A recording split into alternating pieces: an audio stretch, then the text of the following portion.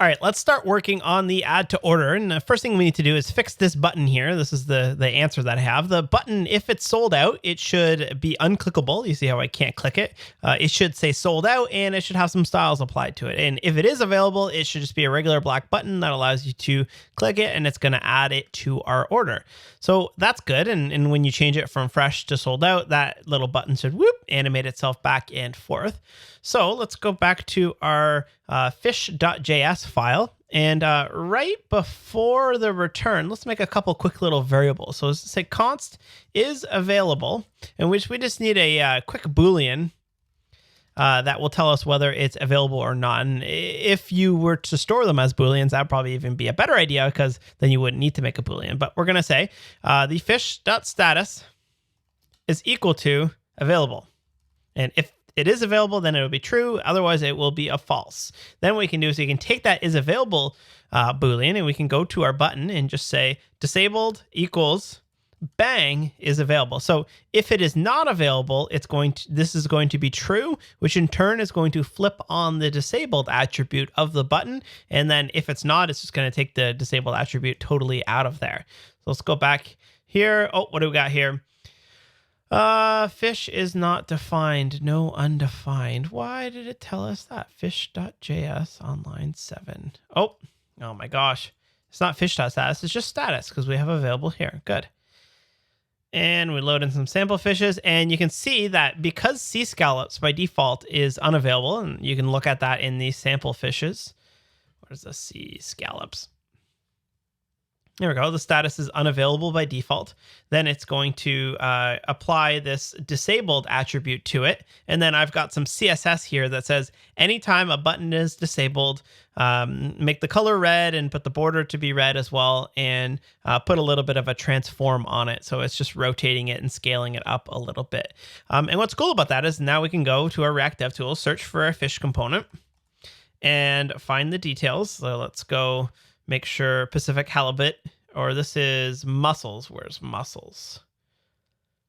There we go. Make sure the mussels is in view and change it from available to unavailable and hit enter. And you see that automatically, since we changed state triggers a change, and React reacts to that, and then will re-render the disabled attribute of that button. So that's great.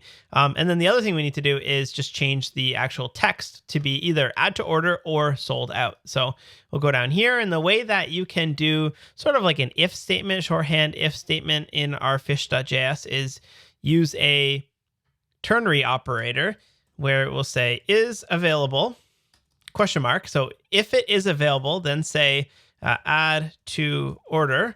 Otherwise, you can set that to sold out. And now when it changes from, let's see here, that one says sold out. This one says add to order. But if I go to my React DevTools, click on one of the fish. And also, by the way, that's a little trick you can do is sometimes you can just inspect element in your elements panel and flip over to React, and it will bring you to the equivalent DOM node. You can also use this little button here where you can highlight specific components, and it will bring you to the closest component, and you can find it out pretty quickly. So lobster here, we got props.details. We'll change the status to unavailable, and then that will automatically change the text and animate it right on up. Pretty nifty. Now let's actually talk about how do I add these things to my order, right? Remember, we got to push this data to state. If we look at our app.js, our order state is empty. So let's figure out how we can start to add that to our order state. So in order to maintain our order state, let me just show you sort of what we're gunning for here in the answer, just so you can have an idea of what the end state is going to look like. So I'm going to go to React. I'm going to search for my app here, and in that we obviously have our fish state, but in our order we just have the key of the fish that is in our order and the amount that somebody wants. So if I change Pacific halibut to 2, you see that that number automatically updates, and every single time that I add something, it will just increment the number that we have. Good. So where do we need to make a function that will add to order? And the answer to that is in our app component, because that's where our order state lives. So Let's go right below load sample fishes here. I generally like to keep my state at the top and then my life cycle events underneath that, then my custom stuff underneath that, and then finally my render. Does it matter? Absolutely not. It's just kind of a sane way to keep your methods. And there is some ESLint rules from Airbnb that will enforce that, which is pretty nice. So we're going to have one called add to order. And that is going to be a function that takes in a key. And from that, what we're going to do is first, we're going to take a copy of state. Take a copy of state. 2, we are going to either add to the order or update the number in our order. And that's because sometimes we might not have it. Like mahi mai is not in our order, but as soon as I add it, it gets added as 1. But if I add it a second time, we're not going to add it again. We're just going to increment that amount. And then finally, we're going to call set state to update our state object. Good. So first, take a copy of state. So const order equals, ready, ... this.state.order, because that will take a copy of it. 2, either add to the order or update the number in our order. So order, let's assume it's fish1. Order.fish1 is equal to itself, order.fish1 plus 1 or 1. And what that do, this is a little trick that we use, the or operator. If order.fish1 exists, it's going to increment it by 1.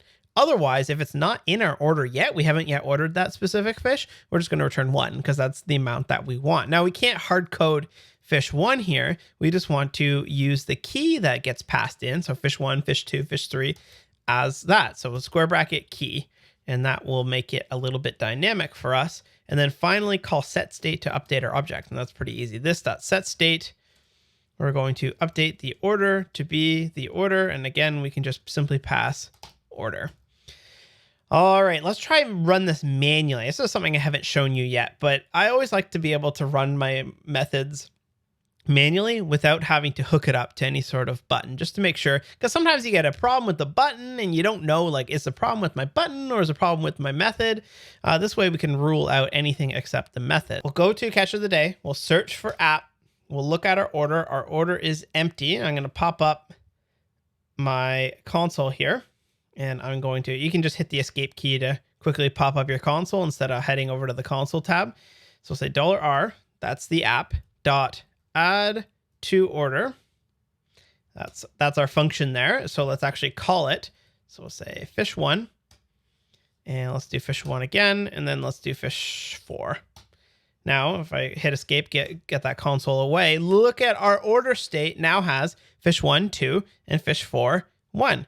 That's great because now we can go ahead and start to display them in our actual order. So, but before we do that, let's hook it up to this button. So this method here, add to order, it needs to be clicked inside of the fish. So in order to expose the functionality of add to order, we need to pass it down via props. So we'll go into here and we'll just say add to order is equal to this.add to order. Then we'll go into our fish component. And we have this button that we're going to listen to on click. But what is the one argument that our add to order function needs? So I go back to app. Add to order requires a key. How do you access the key inside of a fish? So if you look at all of these fishes here, you can click on any one of them. You see that we have our props. And you see the key is actually in the sidebar here. Key fish 8. But if I were to go to my console and type $R, that's the fish, and we can open that up, but you'll notice that the key is not anywhere on there. You could maybe, I don't know, React internal fiber. That's not something you should be touching. That's not for you. That's for React. So it's funny because you can't say this.props.key or this.key or anything to access that key. You actually have to pass it as second time as your own prop. So I'll say that again. If you need access to the key, you have to pass it a second time with a prop that is something other than key. So I'm just going to say index is equal to key. And now when that refreshes, I load some fish. If I search for a fish, you'll see that all of my fish now have an index prop that is giving me that key value. Good. So now we're in the fish. We have this button and we're going to say on click. What we can do here is we can either say like this dot handle click. And what that would do is we could go up here and just say handle click is equal to something like this. And then we would say this dot props dot add to order this dot props dot key. And that will run the add to order function that got passed in with the key, or not the key, the index that got passed in. And that should work just fine. So let's try. Let's load in some fishes. Let's open up our app. You see our order is empty, but now when I click on one of these, our fish one is getting added and I can keep going and add all of the other. Now that might seem like a little bit of overhead. Like, why do we have to make a function just for this one liner? And the answer to that is you don't have to. You could also just do this in line. So generally I guess the rule of thumb is if you just need to do it once, it's fine to do it in line. Otherwise you can shell it off to a secondary one. So we could do something like this. We do an arrow function right in line and then just take this and put it in there. So that when someone clicks it, you just do a function right inside of there and get rid of this sucker. And now it loads some sample fishes, add a whole bunch to order. Obviously, we're not seeing anything yet because we haven't displayed it yet. But if I open my app, our state now has a bunch of awesome in there. Awesome. So in the next video, we'll get to actually displaying that order details in the middle here.